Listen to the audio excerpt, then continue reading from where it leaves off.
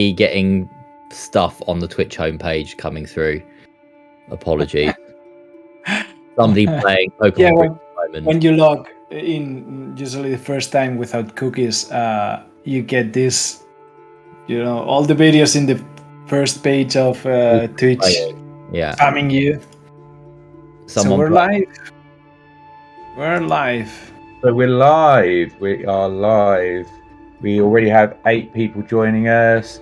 And it's it was already going to be a special live, guys, because we were going to see the inner workings of Álvaro's mind again.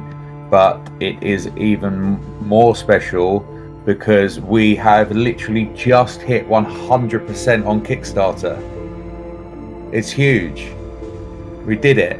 And it's all because of you guys. It's all because of your support, because of you liking and sharing and pledging and supporting our work.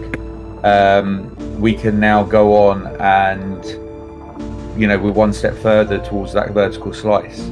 That's what your money is going towards, creating a vertical slice and having some playable content to show for all the hard work that we've put in. So I see my screen froze. My cam isn't working on the stream. I don't know why. But well, yeah, I'm there. You there? Yeah, it looks like I'm so ecstatic that I just my brain just grew frozen. Restarted. Yeah, there we go. There we go. I'm alive. So, again, being the Twitch noob that I am, the best way of seeing who's joined us is the little person counter in red at the bottom of the screen, isn't it? Clanagan. Yeah. Awesome. Is that it? Yeah, and now Overlord. Thank you for following. Thank you for following us, Overlord. So yeah, obviously, as always, this is a huge day for Pangea, a massive milestone in making the game a reality. We've hit 100% on Kickstarter. All of that money is going to be going towards creating a vertical slice for the game. Thank you for joining us on this stream to celebrate. If you're over on our Discord channel, there is a VIP chat section, so we'll be taking questions from there, and we'll also be taking questions directly from the Twitch stream chat. So please fire us your questions. We love to hear your thoughts. We want to hear your previews of the game. We want to hear your questions. We will do our best to answer everything. And other than that, let's just celebrate the fact we hit 100, and let's take a look at Álvaro at work and have a chat about his brilliant concept work. But first, actually, just to make it official, because it's not it's not a celebration. It's a good one. I would say cheers. It's not a celebration without some fizz. So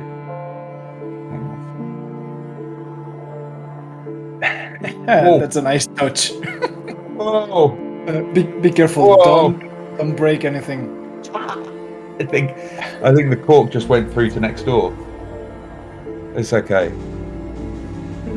So let's just make this. I'm gonna start a battle here. Is it champagne?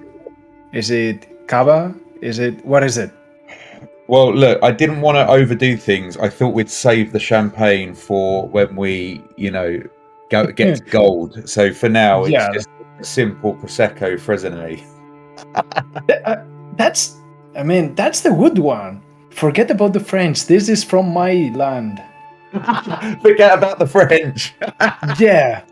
Where's Melanie in the comments? She's gonna. Yeah, Melanie, you can kick my ass if you want to. Cheers. Yeah, there she is. Everybody that pledged, everybody that liked, everybody that shared, everyone that supported our work. It has fueled everything we've done so far. As I said at the beginning, it's a small milestone, but it's huge in the grand scheme of things. It's going to really change the face of the game. Just in case, remember, this This is juice, apple juice. Okay, everybody, this is not alcohol. This is apple juice. This is very, very non-alcoholic fizz, because we've still got a lot of work to do. But for now, cheers everybody. Thank you very much for supporting us. Perfect. Let's see if I can finish this bottle of non-alcoholic fizzy juice throughout the stream. Let's see how we go. Maybe we'll get a few more followers as I start talking drunk mess. So, as well as celebrating, and looking at all you guys in the comments and talking to you guys, we've actually got a real treat tonight. We're actually going to be watching Álvaro. Last time I did an awful job of introducing you guys because my pronunciation is classically English. So I'm David. I'm going to let you introduce you and Álvaro. Oh, okay. So, well, some of you already know me about the Discord channel, right? I'm David. I'm the lead environment artist on Pangea.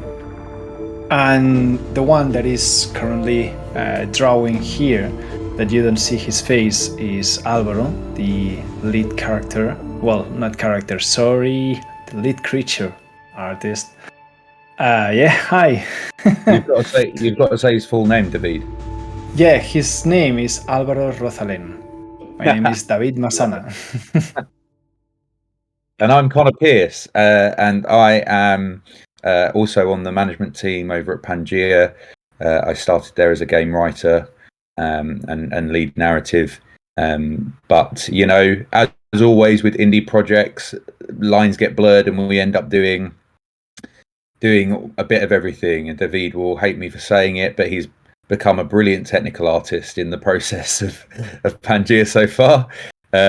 But he is by trade our lead environment artist, and he's a very good one at that. So David, talk us through what we're actually watching Álvaro do today. Well, he wanted to do something new for everyone watching here. So he chose to draw the, he's gonna kill me for that, Anuronatus. Okay. Anuronatus. Yeah, it's always difficult for me. So he prepared this little meme or some guideline on how is he planning to do the one for us, for Pangea. As he says, the paleo artists made them like, well, pretty much beautiful, right, on their concept arts. Then Primable came and made them like flying piranhas, yeah. Then Arc, really a few ago, right, they made them really cute. They are cute as hell. And then he thought like, okay, fuck, we cannot make them cuter, right? So why don't we do like Transylvania?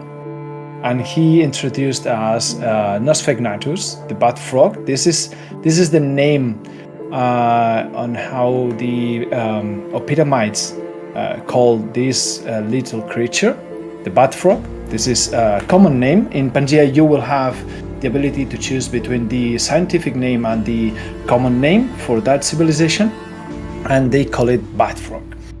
And well, for us is Uncle Nosfe, because he resembles a lot to that Muppet, right?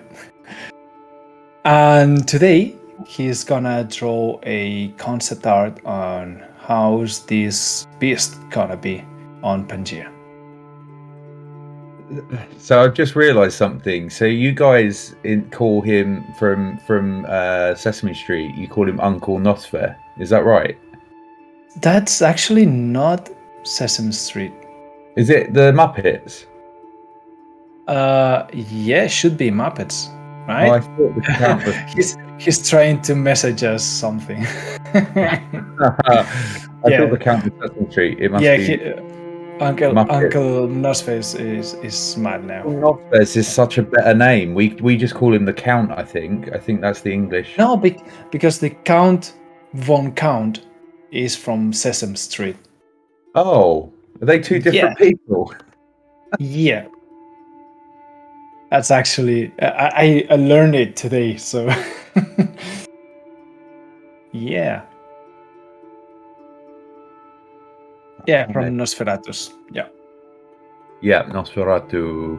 Love it. I mean, as always, we always say how weird and wonderful Alvaro's inspiration is, but it really gives a unique edge to the creatures of Pangaea, and that's what we want. We don't want our creatures to be anything like what you've seen in popular culture or on games so far. We want it to, I think a good way of saying it is we want the science to come first and then creative license to come after. So everything's rooted in the realism, and then we add our flair, our Pangaean flair, because you know that these creatures have landed on a completely different continent to our own. It's somewhere else in the multiverse. So there would be differences. There would be aesthetic differences to the Pangaean creatures. Over in the VIP chat on the Discord, Hound Lullaby has asked, "Is there an ETA on T-Rex?" That's a good one. That's a good one. I'm sure Álvaro has got some thoughts about that. It's interesting because you know the T-Rex is probably, for a lot of paleo fans, if you were a paleo fan via Jurassic Park, you're definitely probably one of the most loved dinosaurs is the T-Rex and one of the most recognized dinosaurs. But Álvaro and the creature team have kind of stayed away from it for now, I think. Yeah. I mean, what we aim to do, this is something Álvaro told me just today, is to have first a dinosaur or a creature from each of the rosters that we have released. Okay, so for the companion, for the Apex class, which belongs the T-Rex, we have the Camarasaurus. And the aim is for this vertical slice that we are going to do for the publishers is to have at least one of the creatures of each roster and possibly one of the easiest in implementations on the mechanics, because each creature is going to have behave in a different way. Okay, some of them are going to be more tanky, more DPS support, and not just that, because some of them will have a special abilities, passive abilities, depending on if they are familiars, mounts, etc. So we're planning to get the easiest ones for the vertical slice to demonstrate how they work, and one of each roster. Then we will expand. Okay, so T-Rex is definitely also one of our most beloved ones. So expect it to be soon. And as we said, after the vertical slice will come the alpha. And on the alpha, we plan to have all from this roster, all of them, and possibly more. I mean, why not? Yeah, we'll get in there as many as we can by the time the alpha comes around. But yeah, we, for the sake of the vertical slice, we just need the minimum in engine and the minimum on the game map to prove our game mechanics, basically. As T-Rex Paddock says, shout out to T-Rex Paddock. He did a really wonderful preview of the game that was released just yesterday. Go head over to T-Rex Paddock's YouTube channel if you haven't checked it out already, and subscribe. He did a really awesome preview of Pangaea and has supported us for a long time.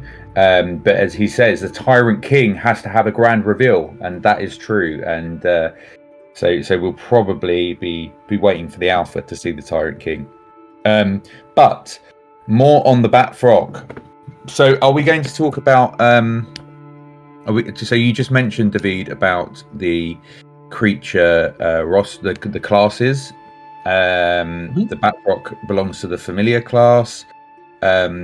This is the smallest of the creature classes, and they are specifically there to sort of help the player with everyday tasks, to buff them. So yeah, Álvaro's made a note here about what the specific talents of the Bat Frog are, and it says here that it has life-stealing support and is a night tracker. So perhaps by making a companion of a Bat Frog, you'll be able to track other creatures and other tribes, other people through the night as well as during the day. It will give you that ability, as well as life-stealing support in true vampiric fashion. It sucks the life out of the assailants or people that you want to get the upper hand on. So some really cool talents there, and it just gives you a little insight into what kind of talents each creature will have. You know, and they'll be completely unique to the creature. They'll interact with the player character in different ways depending on the class and the origin of the player character. But yeah, this is awesome knowledge to know about this little critter, because I think he's going to be a big fan favorite when he comes to be. Yeah, definitely. So yeah, you mentioned that familiars are gonna be, buffing your character with these special abilities. The main thing from familiars is that on players' side, once they are tamed, they won't fight because they are too small to fight against another creature. So we are planning them for being kind of a support on the background, expanding your field of view, detecting enemies farther from you, farther from you, and another special abilities that will come in passive, basically. If you want to fight, then you have the companion class, which is the next tier, let's say. And this little creature, alongside with other flying creatures, will have these abilities of expanding your field of view because they are flyers, or tracking enemies, or specific nests. For example, if you want to steal an egg, fishing also. So these are some of the abilities that we have planned for them. And for expanding I mean, that's probably what you mean by expanding the field of view, David. Do you mean in that instance actually expanding the field of view of the map so that you can see? Yeah. Sorry, because the field of view sometimes, most of the times in the game is how many degrees in front of you can see. No, it's not like that. It's as you were saying, expanding the. How long can you see in distance from your character? It's like on the minimap, you will be able to see in a radius of, I'm just making it up now, 20 meters. Maybe when you have these creatures summoned, you will see up to 80 meters, for example. Yeah. And you will spot there in red dots the enemies, whether you're taking one of these creatures or not. It will depend. Amazing. We're actually getting some pledges live as we're streaming, which is amazing. We've actually hit the 101% mark, which is great. We got Obipo increased their pledge from 50 to 70. Hey. Shout out to Obipo and Spino Slayer. If you're with us watching, you just pledged your first £20 and became a merchant of Pangaea. So congratulations and thank you so much. We can't thank you enough. We've put an incredible amount of work into this game already. Everybody working on the game is doing so alongside full-time jobs, sometimes multiple full-time jobs. And it's been a real labour of love so far, but seeing your reaction to it and seeing the support you're showing has made it all worthwhile. So there's a long road ahead, but this has definitely sweetened the journey for us.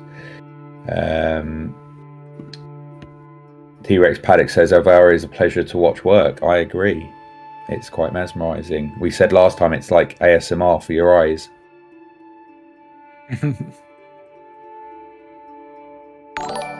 With his little eyes, he can actually, suck your blood. He doesn't even need those fangs. Mocky07, thank you for following us. Hey. Hello. Let's see if we can get some more pledges live. That would be awesome. I'd love to read out some more pledges. Thank you, everyone who's joining and following. So Helsinki has asked over on the Discord. If you're not part of the Discord, then you should absolutely be a part of it. You can scroll down below the stream here on Twitch, and you can see the links to all our socials. So you'll have Instagram, Twitter, Facebook, Reddit, and Discord on there. Come on over and join the Discord. If you pledge at least £5 to the Kickstarter, you become a legacy backer, and you get that role inside the Discord. And you'll always be a legacy backer. You'll always be known as one of the first backers of Pangaea, which is friggin' awesome. And you can only be a part of the original backing group once, and that chance will run out come Friday at midday GMT, along with the opportunity to actually get some of the reward perks. Some of those will disappear with this this original backing goal, this initial campaign. So get in there if you want it. Now's the time. We've got less than 2 days to these skins won't be accessible anymore. No, we're not planning like other games where you have the ability of getting those special skins from 2 years ahead. That's not the plan. Exactly. This is a unique skin. Yeah, here we go. That one. This is really cool one. Once these skins go with this initial campaign, they're gone. So if you see a player running around Pangaea with a Trudon with an ancestor skin or a unique skin, a vintage skin, you're like, how do I get a hold of one of those? You can't. It's gone already. It went with the very first campaign. So this will be the only chance, my friends. We have a question. Yes, we have a question. How much time is the vertical slice stage of development expected to take? Very, very good question. It's a tricky one. It's really tricky to answer, and all we can do is not promise anything, because always with the world of indie game dev, as some of you will know, you have to roll with the punches and and just ride the wave and react to whatever is in front of you. But what we predict, and by our projections, is by next spring, early next summer, we will have a vertical slice, all going well. So if we manage to employ who we want to employ with the money that you guys have given us and supported us with on Kickstarter, then we will employ those people, employ those Unreal Engine specialists, and start programming a vertical slice. And as I said, we predict that will take until next spring, maybe early next summer. So hopefully not too far at all. And of course, we'll be updating you guys constantly with the progress of that. The more gameplay and the more walkthroughs we have at our disposal, the more you guys will be updated. We'll just share that stuff with you immediately and get your feedback and get your thoughts. So that's when we're hoping to have something to show for it. So over on Álvaro, I just realized how to expand the canvas of Photoshop without going to the menus. I've been going through the menus all my life. There you go. See, even a seasoned artist like David can learn something over on our streams. There's always so many different methods, and you learn something new every day. We have a new question. You want to go through it? I missed that. Oh, how do ancestor skins work with breeding, or is the breeding side still in the works? Very good question from Lullaby. David, you take this one, buddy. So the breeding side the mechanics of the breeding are still not implemented, as most of the core mechanics will be done during this vertical slice process with the coders that we employ. But we have the documentation made for it. And as far as it goes for the ancestor skins, they will be like skins on other games where you have the base skin of your dinosaur or creature in general, and you can put in your skin, your legacy skin. So this way we also ensure that you won't lose that skin, because you delete that creature, it's going to be linked to your account and you can put it onto your creature. So the breeding is going to take in consideration the skin, the dynamic skin of the base creatures that you are mating. And then once you have the new creature, you can put on your skin. If you transfer that creature to another player, he won't have that skin on. So this way we ensure that only people who have been backing now will get these skins. There you go. You heard it here first. So only people that are backing now will get those skins.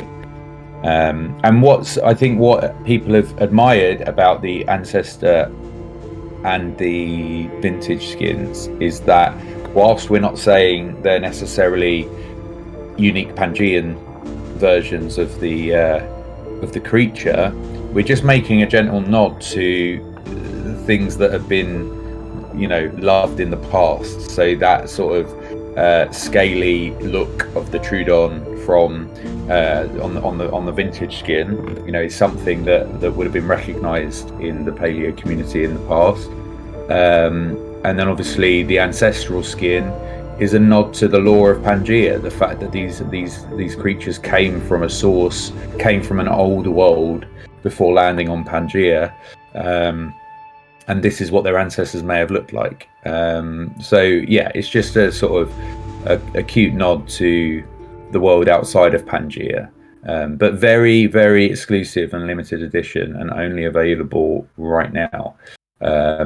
Hound Lullaby adds to their question by saying, so skins will not be transferable through breeding and passed down. I can't wait until more info comes through for it. Well, as soon as we have working mechanics, as soon as we see it in the vertical slice, you will see it, my friend. We will get it to you really quickly.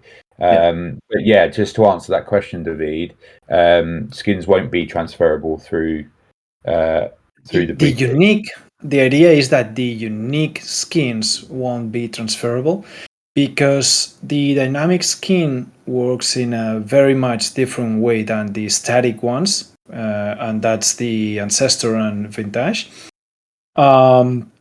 So the mechanics that are going to work for the breeding system, taking the randomization on the coloring, the pattern itself, etc., cannot be applied to a static skin. Okay, there will be ways if we think of them, for sure, but the idea is that making them unique cannot be something that then you can transfer, right? So you will have plenty of occasions of getting new unique skins in-game store, events, achievements, many different ways. So not just paying, also free ones that are unique, but those cannot be transferred through breeding. But I mean, the idea on the dynamic skin is that they will all be so unique that you can even play without any unique skin. But yeah, it's different playstyles. You're still going to have a skin. If you're breeding creatures, you're still going to have a skin that feels unique, right? Because and you have the chance for a melanistic or an albino, exactly, some gene mutations. But virtually speaking, there is going to be so much room for variation and complexity in the way that we've set up the dynamic skin system, that there is virtually an infinite variety of skins possible when you start breeding creatures, right? Because when you start adding one component from one creature and one component for another, it's going to make for a completely different skin. So whilst the unique skins, as David calls them, the static skins outside of the dynamic skin system, won't pass down through breeding, as long as you're breeding two creatures within the dynamic skin system, you will then have a hatchling that reflects the differences in both skins, and they will combine as in our normal animal kingdom here on Earth, they will combine to create a whole new look with their combined gene pool. Indeed.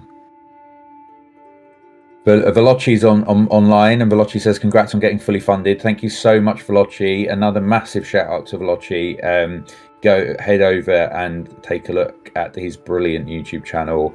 Subscribe if you haven't already. He's trying to hit a milestone before the end of the year, and I think he's really close. So go do that and hit the subscribe button. I believe he was 50 subscribers left this morning, right, Veloci? 50.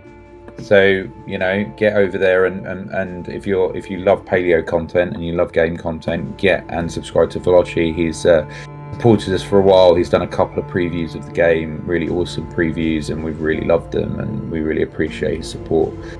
So go and spread the love. We have a couple, well, more than a couple of content creators supporting us. We have Veloci, we have also T-Rex Paddock here on the chat. We have Kupara. I don't know if he's online, he or she, I don't know. But yeah, we have a couple of them. That's pretty cool. I mean, when community gathers in this way, to make a game succeed.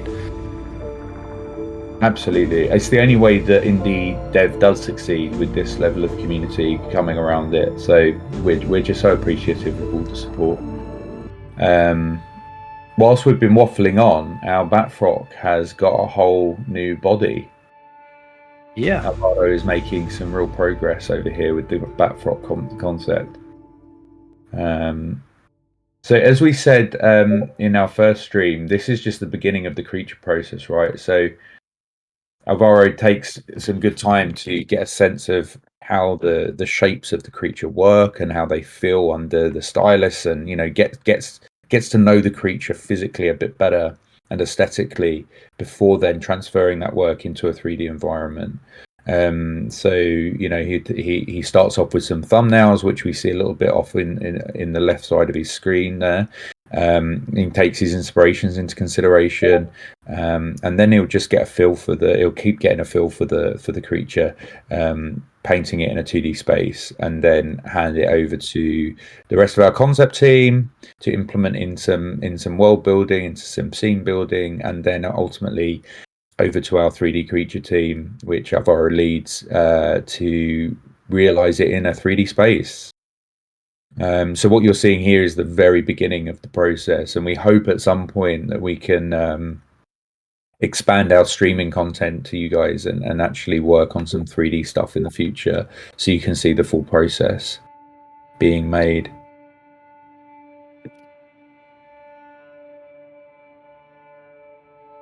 Big shout out to everyone who is still watching our stream. Thank you very much for sticking around. I hope you stick around to see where Álvaro is going to take this very cutesy but very terrifying creature.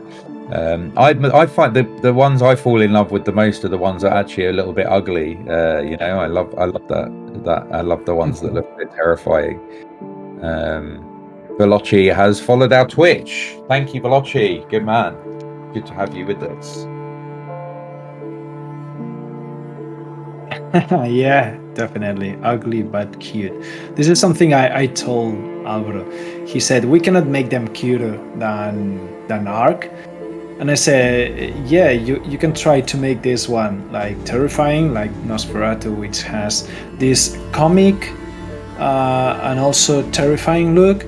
But I said, but this will naturally come in as cute already. So yeah, I don't think you need to make these creatures any cuter. Like, I mean, a Triceratops hatchling is the ugliest thing known to prehistoria, right? But yeah. I still love how they look. As Álvaro said, it's charismatic. It has some personality to it. I love the way Triceratops babies look, and I cannot wait for the day that we get hatchlings in game, because I will be followed around by a small horde of Triceratops hatchlings. I just think they're amazing. And it's like, don't make that cute.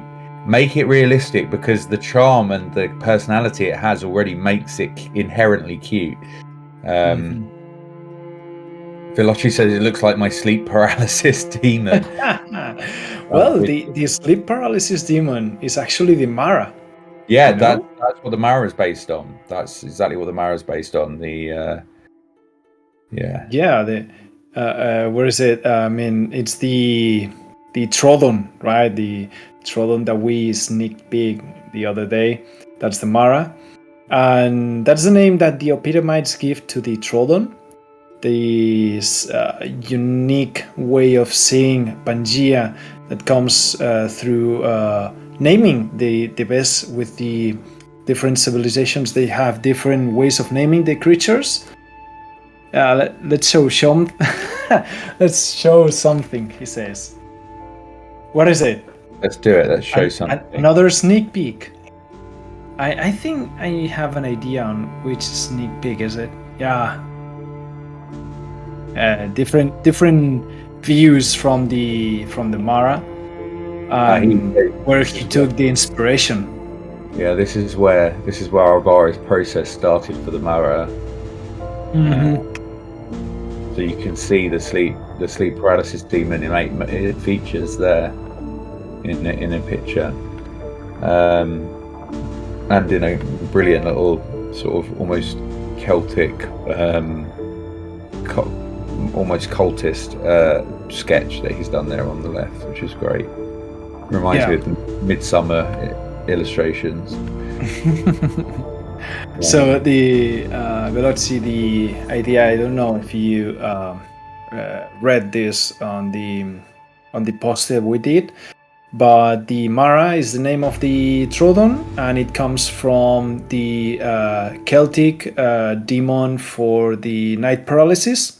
And that's actually where the nightmare word comes from, because it has the night and the mare, and then we took this little second part and made the Mara.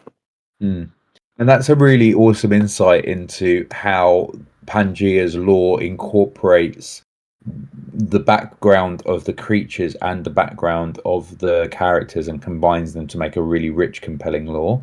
And that's what I love about what we're doing right now, because you know, it makes sense that if the Epitomites, the ancestors of the Epitomites landed on this continent and they were faced with something like the Trudon, they're going to associate it with something that they knew from the old world, and to them they look at that and they go, that reminds us of the nightmare demon that we know, and that's where their name comes from. You know, of course they wouldn't name it after the Latin that we know.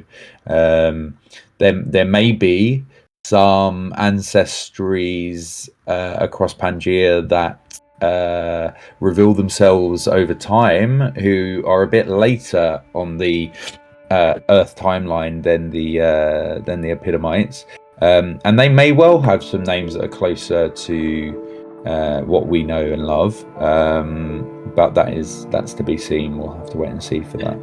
I mean, yesterday I was going through the GDD, the documentation for the game, and I was with Álvaro trying to figure out names for different classes. And this is something I believe we can sneak peek up to a point.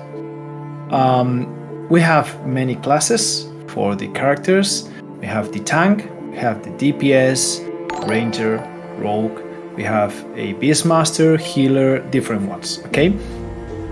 But the most important thing is that depending on the ancestry, some of these classes will not be playable because they don't fit on the lore background, and some others will be obtainable for this ancestry. And we're basing these these classes, they have the names based on the ancestry. For example, we could sneak out some of the names of the Epitomites. Let me, if I have the approval, yeah. Yeah, I mean, you've got approval from me. I think everyone's going to want to hear it.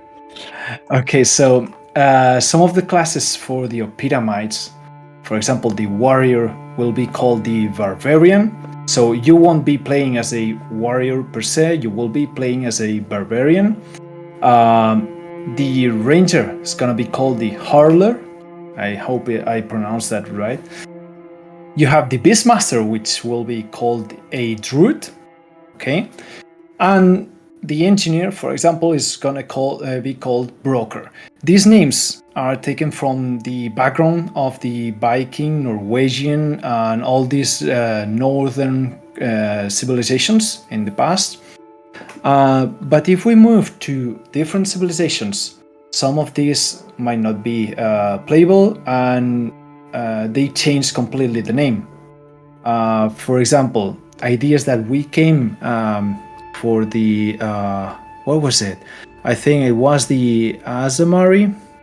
Azamari were a civilization, Arabian civilization based, and we made up some of the names that we're gonna have for this civilization. And the warrior that we call barbarian on the Epidemites on the Azamari is gonna be called Mameluke. Okay, so we're basing each civilization so much into the background of the human history that it's gonna feel quite unique to the players. Each civilization will have this unique experience in both narrative and looking at the aesthetics of the game also.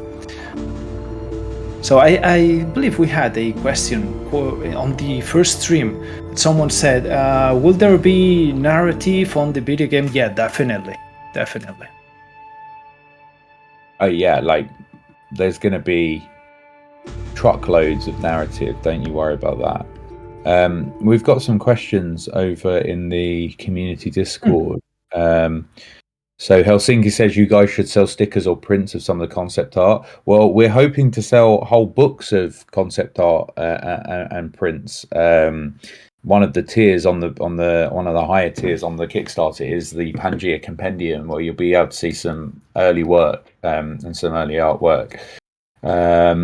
But we will absolutely be releasing a whole load more stuff over time.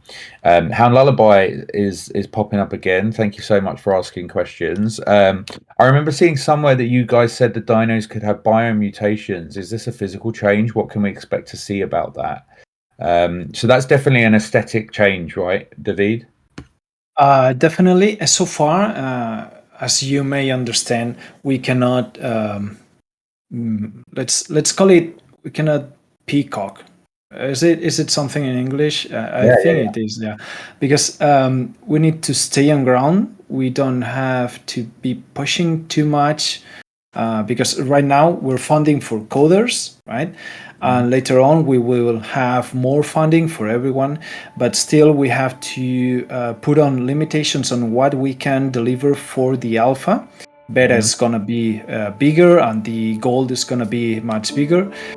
So right now what we're aiming for the mutations is basically changing the patterns, the colors, and the textures per se of the creatures. So physical mutations, let's say another horn or shorter legs, it's something that we are avoiding because it adds so much to the game that we might not reach it in time.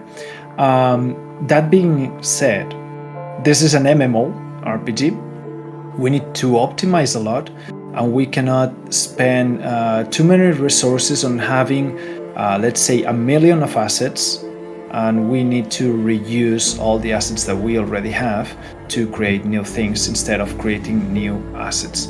It will depend on the size of the game that we end up having on the gold, but we cannot make you install 200 gigabytes of a game, right? I mean, we need to stay realistic on that. Yeah, we really can't. You know, we know what our ambition is, and our ambition is sky's the limits. But we really can't predict at this stage what size map and what size world we're going to be able to play with when it comes to the gold.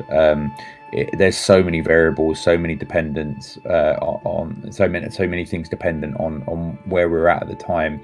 Not least including the technology that that will advance by the time we're ready to release a gold. So who knows? But all we can say is that our ambition is huge, and I think right now we want to bring you a really full and unique roster of dinosaurs creatures by the time it comes to the gold.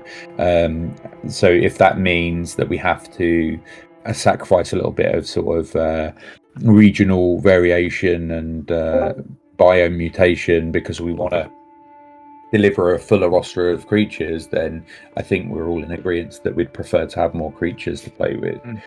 Yeah, well, I forgot about the biome part of the mutations.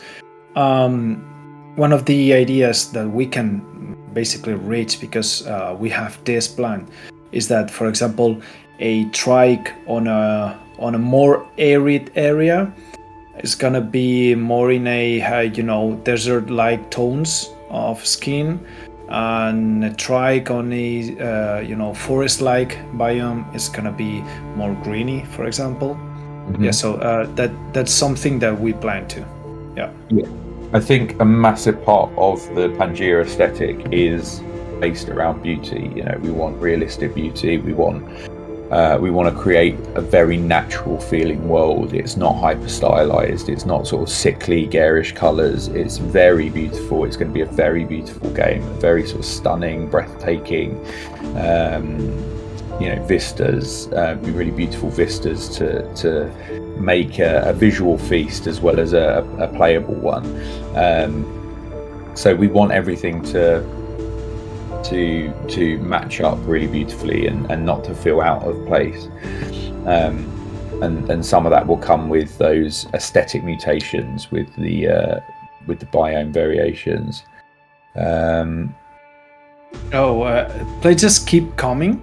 They do. I was just checking the percentage, and the numbers keep changing all the time. Thank you so much, people.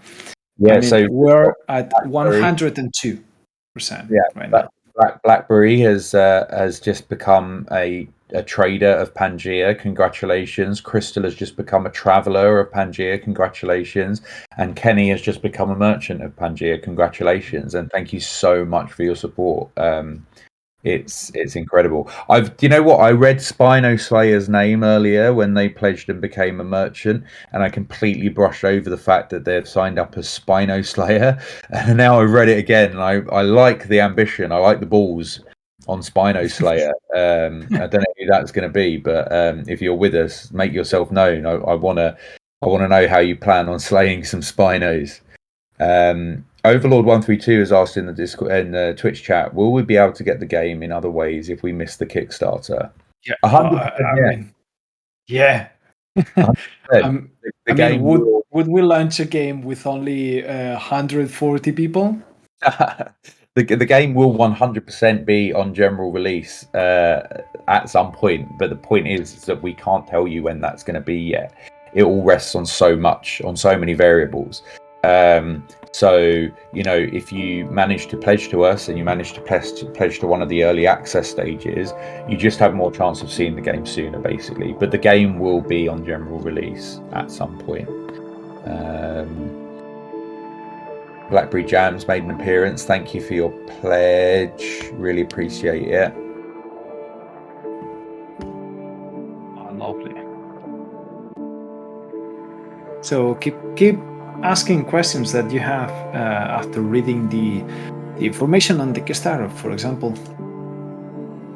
T-Rex Paddock says that I'm really curious to learn more about the civilizations that will be featured. Lore. I'm with you, man. I'm a lore buff. That's what I live for. And the wider our team gets and the more we can expand, the more lore I can write you. Right now we're very focused on production-y things as a management team, and one day I can just turn back to the lore again and make it as full for you as possible. But yeah, we're very excited about the lore and narrative here too. It's gonna be, we're gonna inject as much adventure fantasy into the game as we will the classic MMORPG mechanics too. You don't have to follow the narrative of the game to get fulfilling gameplay. That's not how it works. You can structure your gameplay around how you like, what your style is and how you prefer to play.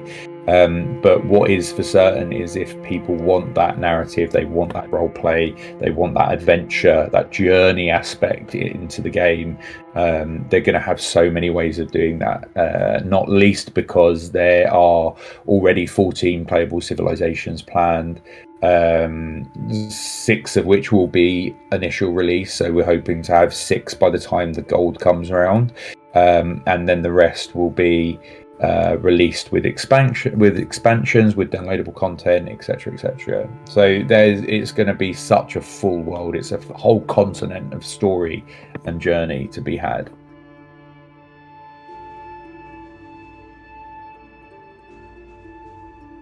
It's getting some extra colors. We're seeing a lot of texture now. I mean, Álvaro is making a rod for his own back. I don't know if you guys have that expression, rod for your own back. Do you have that, David? No. So what's another expression for it? Shooting himself in the foot? But this is kind of negative, right?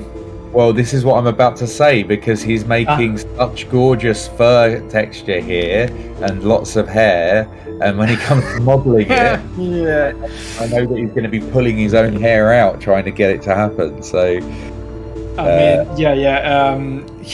he's gonna hate himself for having so much fur. The thing is that with small creatures like this one, we need to optimize a lot more the polygons that they have. So most likely these little hair things that you see here are gonna be baked into the actual skin, but we will see how to make it look gorgeous as it is now. I mean, there are many ways to optimize that thing. For sure, yeah.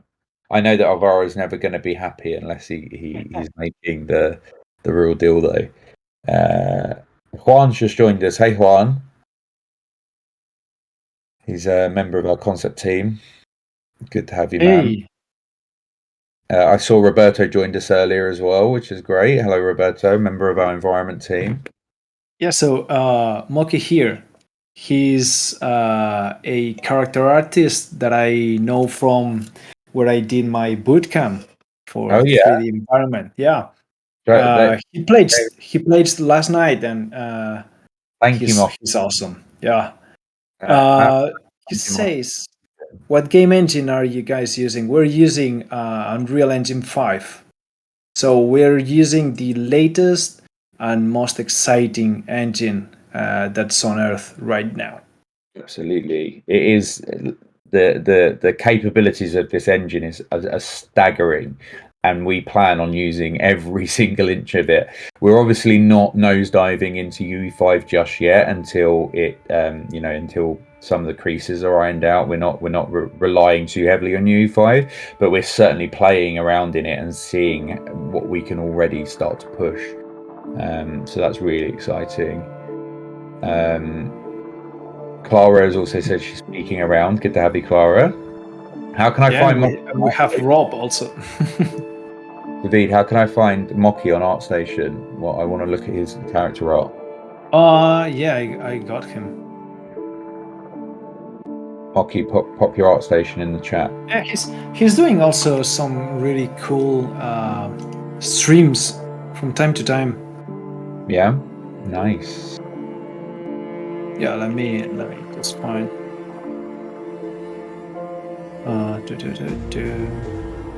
Yeah, can you send me the link to ArtStation, because yeah, it's quite hard to find people by its name unless you write in the correct full name on ArtStation. Yeah, I find that all the time.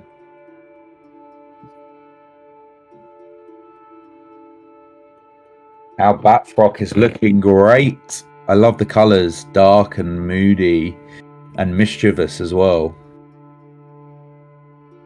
I wonder how far Álvaro is going to take him tonight. I would love to know how far he's going to take him.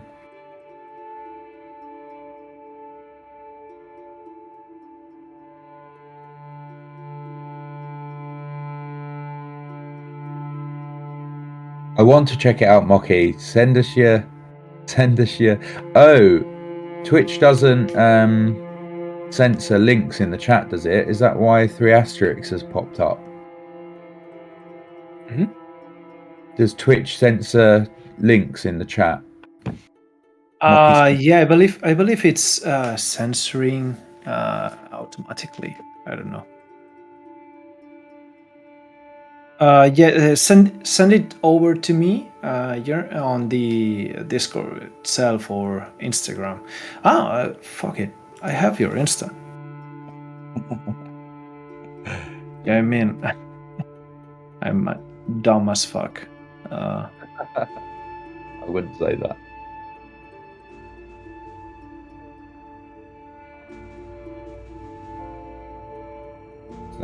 Let's check out socials actually. Yeah. Let's see. There we go. Talking to... Oh, come on, station.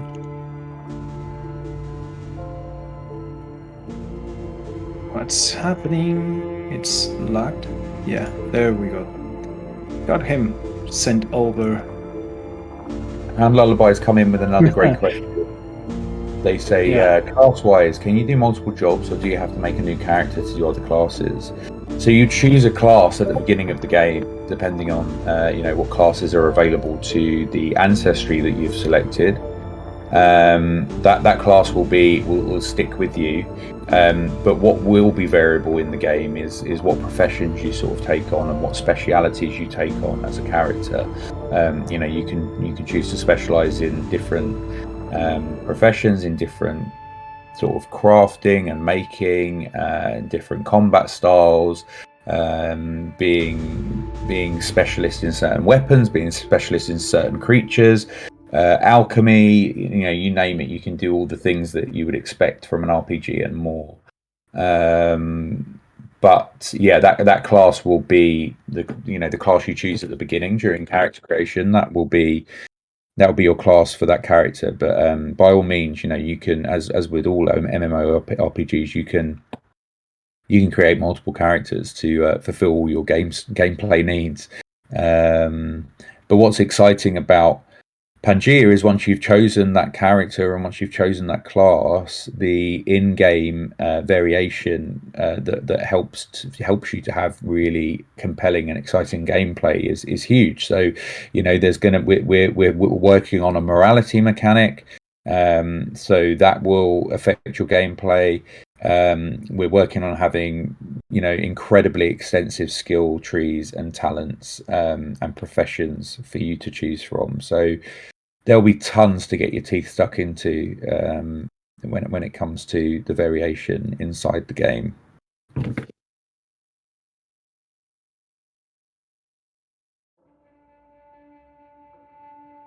Oh, try again.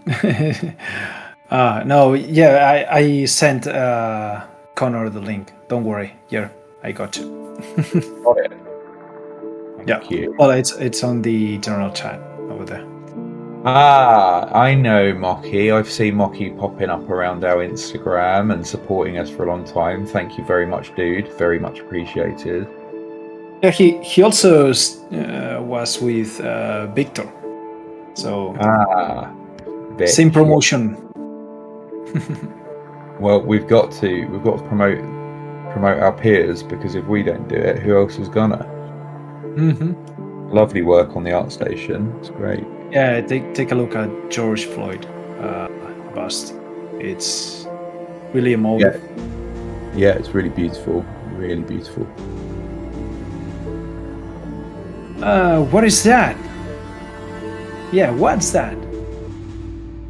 I mean, that's a familiar creature that you can get your hands on if you play Pangea. Has White Lunar Wolf just joined us? If you've just joined us, this is a pretty terrifying image to be met with. Yeah, that's a creature that will suck your blood. That's a Neurognathus. Did I say that right this time? A Neurognathus. It's one of the harder pronunciations for sure. another creature. So we're coming up to the hour mark on our stream, and we've had a good handful of very loyal watchers. Thank you so much for being with us. Django's made an appearance. It wouldn't be a Pangea Twitch stream without Django online. Yeah. He's gonna be a casual viewer on the channel. So he should be. I think he should he should make his own ASMR channel with his own little snorings and grumblings. I mean, it helps me sleep, you know. Yeah, we're coming up to the hour mark. But I completely understand that people, the first time that they meet a pack, it's quite noisy, you know. But this one is that's lucky for me, because this one's quite quiet, in fact. Yeah, he's a little doggo loaf. I love him. Yeah, so we are. It's the impersonation. Impersonation, is it? Yeah.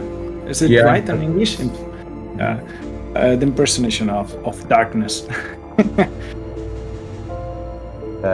Yeah, to answer White Luna Wolf's question, David, you're near Madrid, right? No, you always miss it. Who's near Madrid? Álvaro.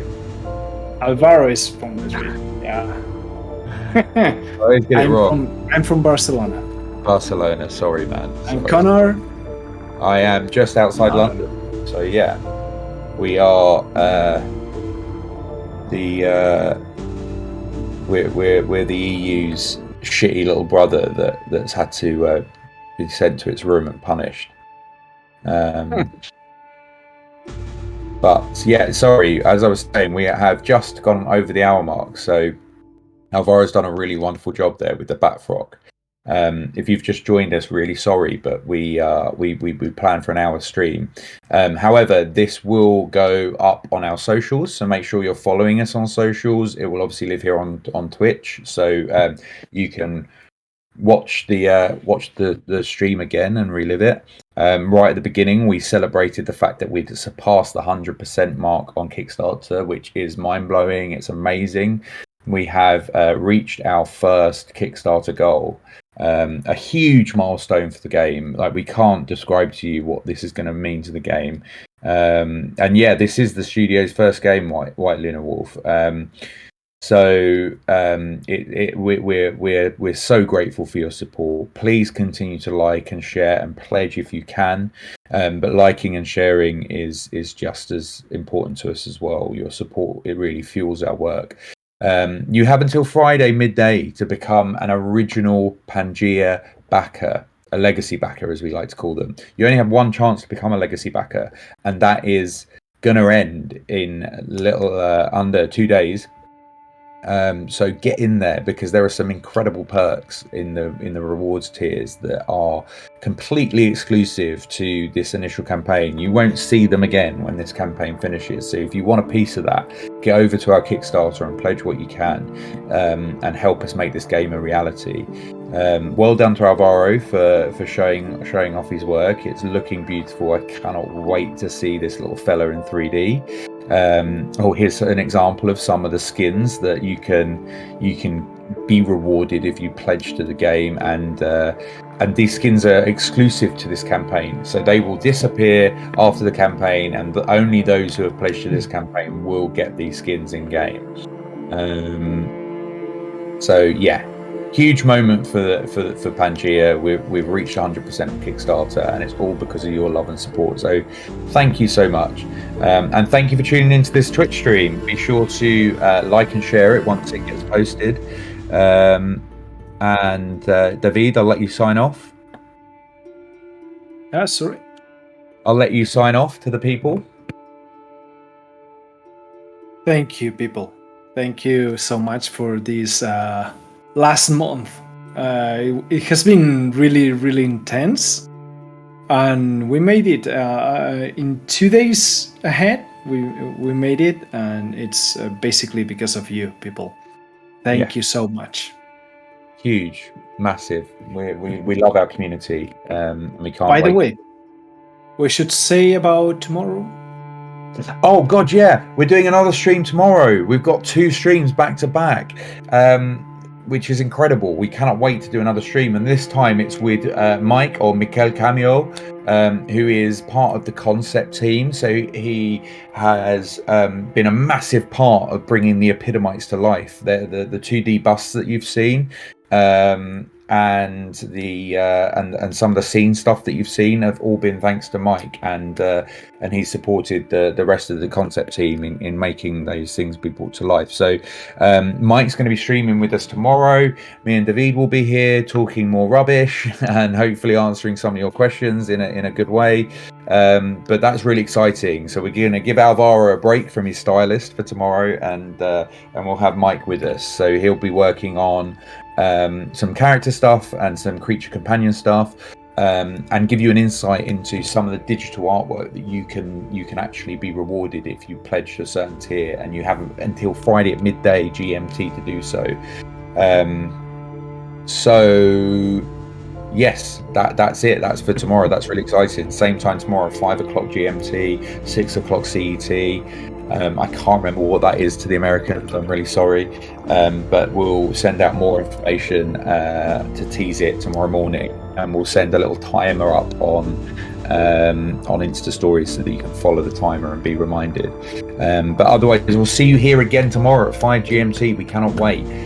Thank you so much for supporting us. Thank you so much for watching the stream. This is the beginning of the Pangea journey, and you guys are right here with us. So thank you. Until then, see you later. Say bye, Django. See you. Bye. Have a nice day. Bye bye. Álvaro, you need to close.